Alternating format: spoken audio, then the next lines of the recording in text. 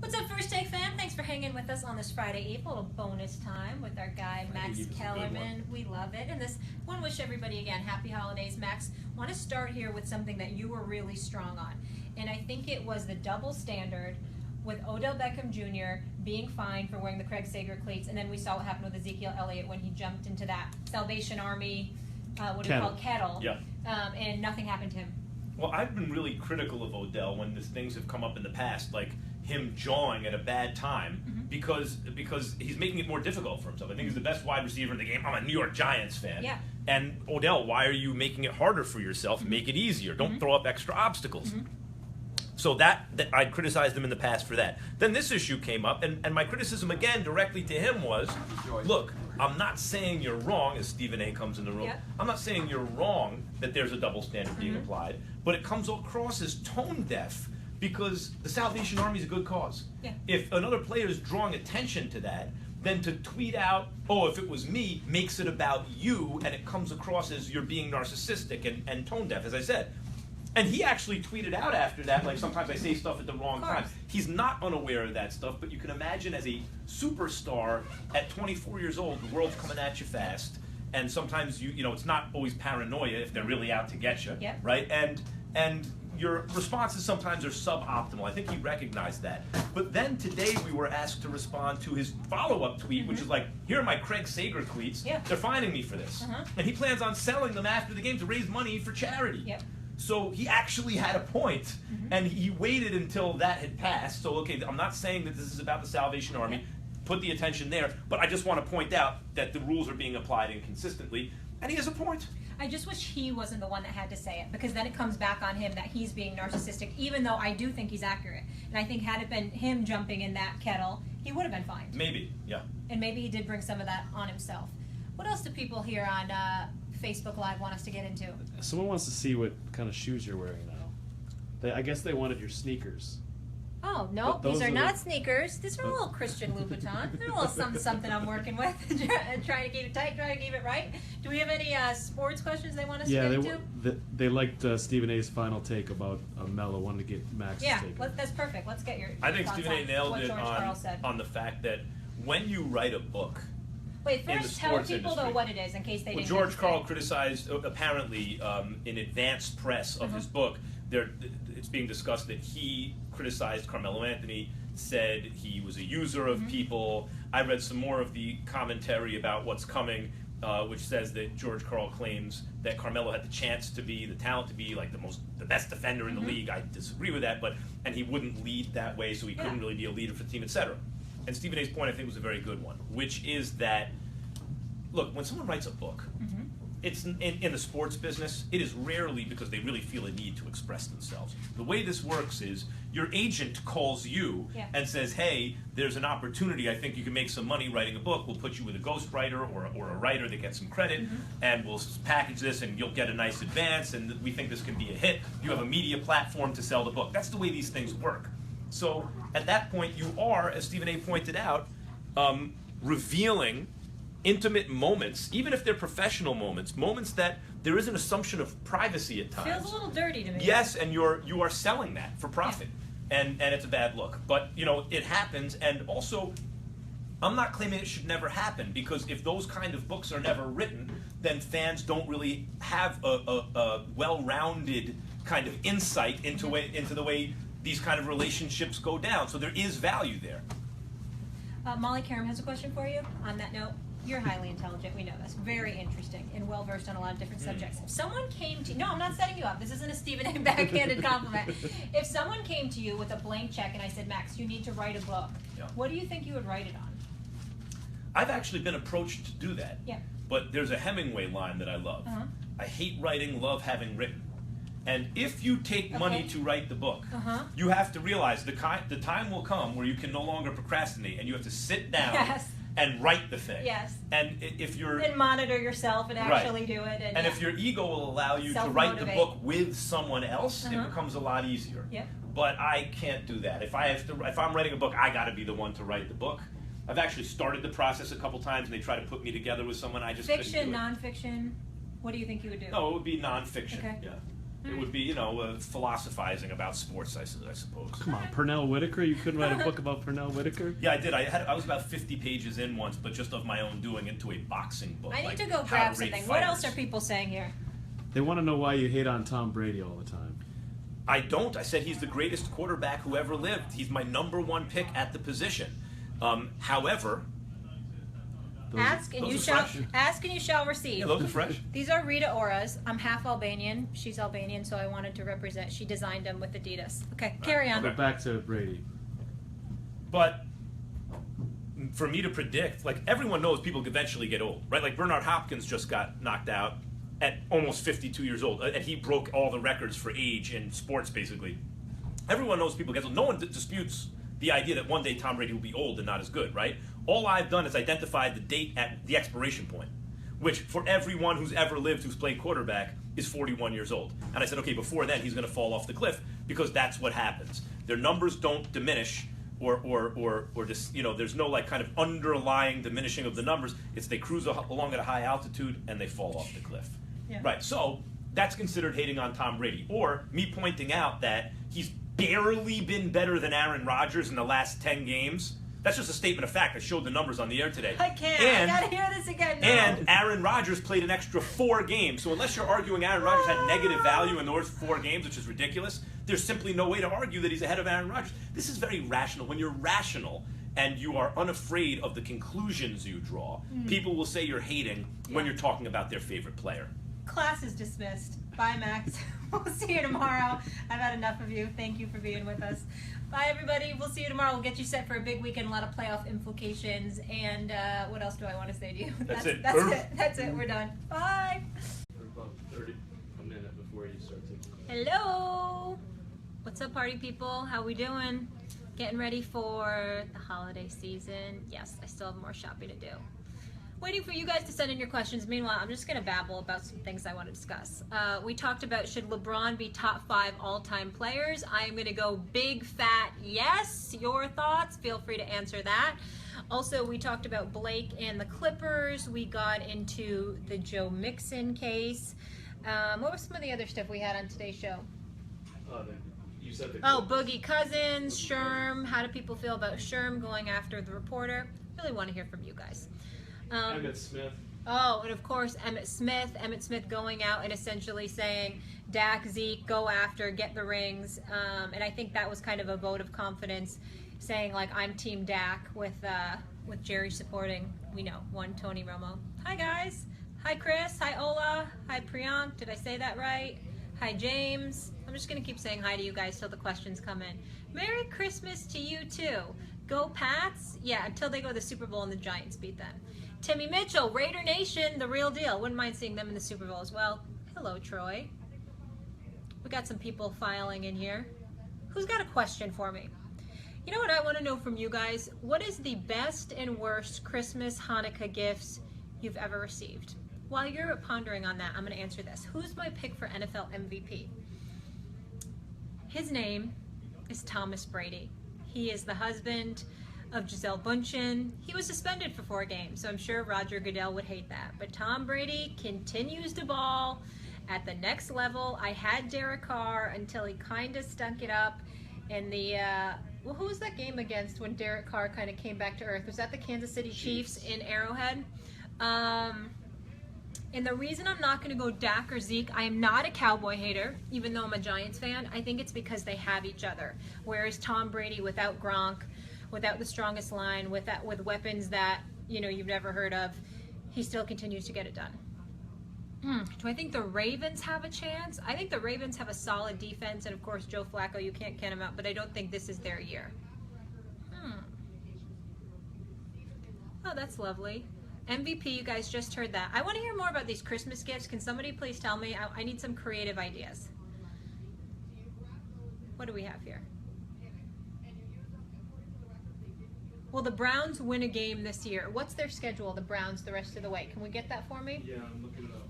I'm going to say no, unfortunately, but I believe you have a great coach in Hugh Jackson. I feel like there's hope Just need to get a quarterback. Maybe RG3 can pull it together, get it done if the man can just slide. Go Seahawks, potential threat. Yes, they are, but I think without Earl Thomas, that hurts them big time. But I think it could go down to the Seahawks for sure. In the NFC, you can't ever count them out. If you were going to go Belichick and Brady, best coach quarterback, I mean, I think a close second has to be Russell Wilson and Pete Carroll. Chargers, Steelers, Browns. Worst Christmas gift was a Browns jersey. Are you a Browns fan? Or did you just randomly get a jersey? Okay, who did the Browns have the rest of the way? The Browns have the Chargers and Steelers. The Browns have the Chargers and Steelers. Oh. Could they beat the Chargers? No. Could they beat the Steelers? Well, the Steelers may be resting guys. Yeah, if the Steelers rest guys, there's a chance, folks. But I don't know if are they going to want to rest guys and be the one team? You know, I don't know. They might keep them in just so they're not the one team that lost to the Browns. Thank you. Thank you, Mike Daniels, for giving me the rest of the schedule. Flacco or Eli, you know where I'm going. Actually, I'm a big believer in Joe Flacco, and I know he doesn't get as much credit, and people think, oh, he gets too much credit because he had that one Super Bowl. But I think he's legit. He can make those throws, and he's clutch in crunch time. But I'm going to go with Eli. I think the issue with Eli, though, is he's almost reckless in a sense, like he's fearless. So with that, he's going to make great throws. He used to be Mr. Fourth Quarter, but then he's also going to make great picks, which can ruin everything. As a Giants fan, I would know that. Got a lot of Ravens fans. What is going on? No line in Cleveland or D-line. Yes, that's true. Worst gift, you had a handmade pink sweater. Who made you that?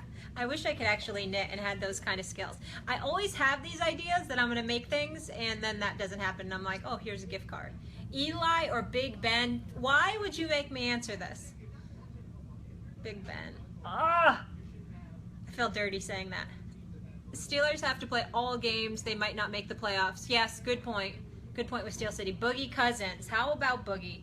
A little fired up with that whole situation. Yeah, I think he was wrong, and I think he let his emotion get the best of him, but at least he addressed it after the fact, and he apologized, and he was kind of cool with the reporters and calmed down. And I think with the Richard Sherman situation also, too, he took it too far. Heat of the moment, and then he calmed down, and he corrected himself. All I know is that if I was ever a professional athlete, definitely not athletic enough to ever do that, and I'm 5'7", so let's be real. Or if I was even a coach, I get really heated and really passionate, and especially if somebody ever came at my family or somebody that I love, I get super protective, defensive. If someone put a camera on my face, right after that in a microphone, I'd constantly be apologizing too. So I do feel for people. I know they always have to be above it, but it's hard to not just react. They're reacting rather than acting, but they can't always like calm down and gather themselves, etc.